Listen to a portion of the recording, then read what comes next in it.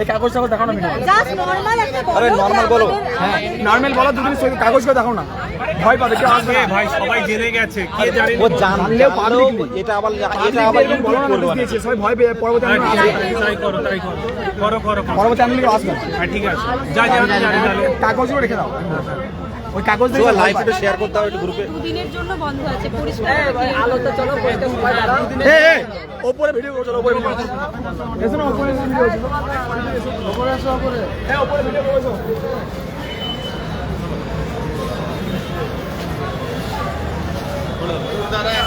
আরে ঘুরে আমার এসে ঘুরে যাও, আমি মোবাইল ধরছি, দাও তোমরা দেখো না, তো আর মোবাইল ধরো আগে বলবো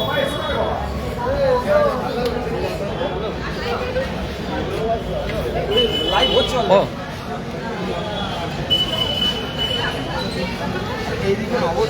না না ঠিক আছে।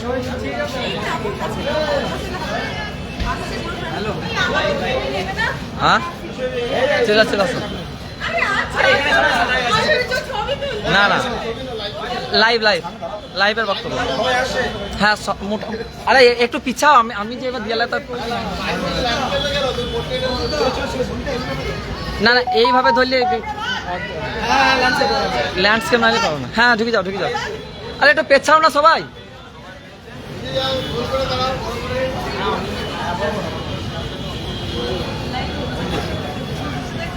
ধরো আমার হাত ধরছে না আজকে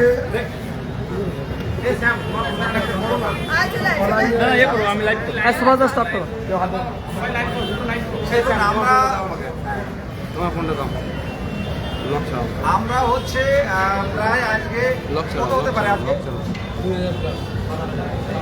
ভালো সংখ্যক কিন্তু আজকে স্বতঃস্ফূর্তভাবে 23টা জেলার স্বতঃস্ফূর্ত চেষ্টায় কিন্তু আজকে এপিসি ভবনে আমরা গেছিলাম, এবং এই যে এপিসি ভবনে যাওয়া এটা একদমই আমাদের মুখ্যমন্ত্রী পর্যন্ত পৌঁছে গেছে। আপনারা জানেন প্রত্যেকটা মানে সংবাদ মাধ্যম, বাংলা যে প্রথম সারির সংবাদ মাধ্যম প্রত্যেকে কিন্তু বারংবার দেখানো হচ্ছে টেট উত্তীর্ণরা 2022-এর টেট উত্তীর্ণরা রাজপথে নেমে একটা বিশাল পরিস্থিতির সৃষ্টি করেছে সারা জেলা থেকে ক্যান্ডিডেটরা এসে। তো আমরা এই কয়েকজন আমরা মনে করেছিলাম আবারও রাজপথে নামবো, কিন্তু আমাদের দেখতে পাচ্ছেন যে এখন যে জমায়েত অনেকটাই কম।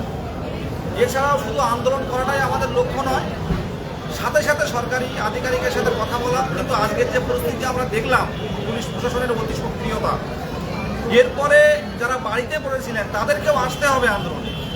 তাদেরকে যদি আসতে পারি হয়তো প্রতিরোধ আরও করতে পারবো তাদের দিনে।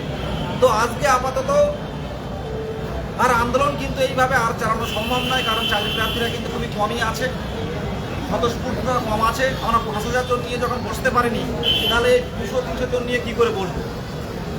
এই জায়গায় আপনারাই বলুন যে কী বলবো আমরা, কী বলবো বলেন। এবার অন্যান্যরা যারা আছে, আমার বক্তব্যটা আমি রাখলাম। আজকে আমরা 2022 টেটের পক্ষ থেকে আজকে আমাদের নোটিফিকেশনের দাবি নিয়ে আমরা এপিসি ভবনে এসেছিলাম, কিন্তু আমরা ওখানে বসেছিলাম। পুলিশের অতি সক্রিয়তার কারণে আজ আমরা দিতে বাধ্য হয়েছি। পরবর্তী ক্ষেত্রে আবার আমরা আসবো, যতক্ষণ আমাদের নোটিফিকেশান আসছে আমাদের আন্দোলন জারি থাকবে। যারা আসেননি আশা করব পরের বারে আসবেন, যারা এসেছিলেন তাদেরকে একই কথা। আমরা 50,000 শূন্যপদ দিয়ে আমাদের ইন্টারভিউ নোটিফিকেশান, এর জন্য লড়াই চলছে, ভবিষ্যতেও চলবে।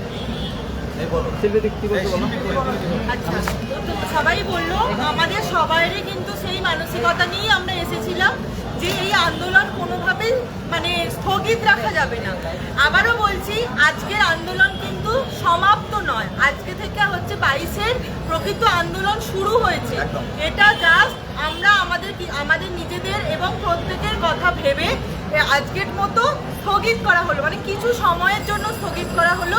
এই আন্দোলন নতুন পরিকল্পনায় নতুনভাবে আবারও সবাই একসাথে ঠিক আজকের মতো এবং আজকের থেকে বেশি উদ্যম নিয়ে আবারও রাজপথে নামবো, আরও সলিড পরিকল্পনার মধ্য দিয়ে।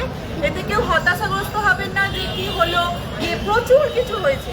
আজকে যারা বাড়িতে বসে আছেন তারা হয়তো উপলব্ধি করতে পারেননি, যারা অ্যাকচুয়াল রাজপথে খেলা করেছে তারা কিন্তু বুঝতে সত্যি কিছু অনেক অনেক দূর অব্দি বার্তা গেছে। আগামী দিনেও যাতে এই প্রেসারটা আমরা রাখতে পারি, এই কন্টিনিউ এই আন্দোলন প্রসেস চলবে, আর সামনেই ভোট রয়েছে। কিন্তু সমস্ত দিক মানে আমাদের আইনত দিক এবং সমস্ত পর্যালোচনা করে আজকের মতো আপাতত আন্দোলনটা মানে স্থগিত করা হচ্ছে। কারণ এইটুকু জমায়েত নিয়ে একটা যদি আরও বিশাল সংখ্যক জমায়েতটা থাকতো তখন আমরা আবার অন্য কিছু ভাবতে পারতাম। কিন্তু এই মানে 5,000 জন থেকে যখন এই 200-250 জনে নেমে গেছে তখন কিন্তু আর আবার সেই স্পিরিট নিয়ে আর আন্দোলন এই মুহূর্তে স্থগিত করাটা আমাদের বোকামি হবে। আন্দোলন হয়তো করা যেতে পারে কিন্তু আমাদের বোকামি হবে। আমাদের উদ্দেশ্য যে মানে উদ্দেশ্য নিয়ে আমরা পথে নেমেছি, সেই উদ্দেশ্য সেই লক্ষ্য নিয়ে আবারও রাজপথে থাকবো। পরবর্তীকালে আবারও আন্দোলন এইভাবেই হবে। আজকে যারা যারা এসছেন তাদেরকে তো সবাইকে পাশে পাবো, এবং যারা যারা আসেননি এখনো পর্যন্ত বাকি 50,000-এর মধ্য থেকে আগামী দিনের আন্দোলনে প্রত্যেককে আসতে হবে। কারণ 22 স্টেটের মধ্যে আর কোনো মতভেদ নেই, আর কোনো ভেদাভেদ নেই। সবাই একসাথে যৌথভাবে একসাথে লড়াই করব। 50,000 শূন্য পদে আমাদের নোটিফিকেশন চাই মানে চাই। আমাদের একটাই কথা, সেটা হচ্ছে আজকে আমাদের আন্দোলন এখানে শেষ হচ্ছে না, আমাদের আজকে এখান থেকে শুরু হলো। 2022 স্টেটের ডিএলএড যে প্রত্যেকে আছে আমরা চাকরি প্রার্থী, আমাদের একটাই দাবি, আমাদের যে বার্তা মাননীয় গৌতম পাল দিয়েছিলেন যে আমাদের 50,000-এর ওপরে ভ্যাকেন্সি আছে, ওই ভ্যাকেন্সি আমাদের দিয়ে দ্রুত ইন্টারভিউয়ের নোটিফিকেশন দিয়ে আমাদের বিদ্যালয়ে পাঠানোর ব্যবস্থা করতে হবে। আজকে আমাদের অনেক সহযোদ্ধাদের বিদ্যালয়ে রাখা হয়েছিল কারণ কোনো থানায় জায়গা ছিল না বলে। আমরা একজন হবু শিক্ষক, আমরা একজন আগামী শিক্ষক, আমাদের দাবি আমরা এভাবে আটক হয়ে বিদ্যালয়ে থাকতে চাই না।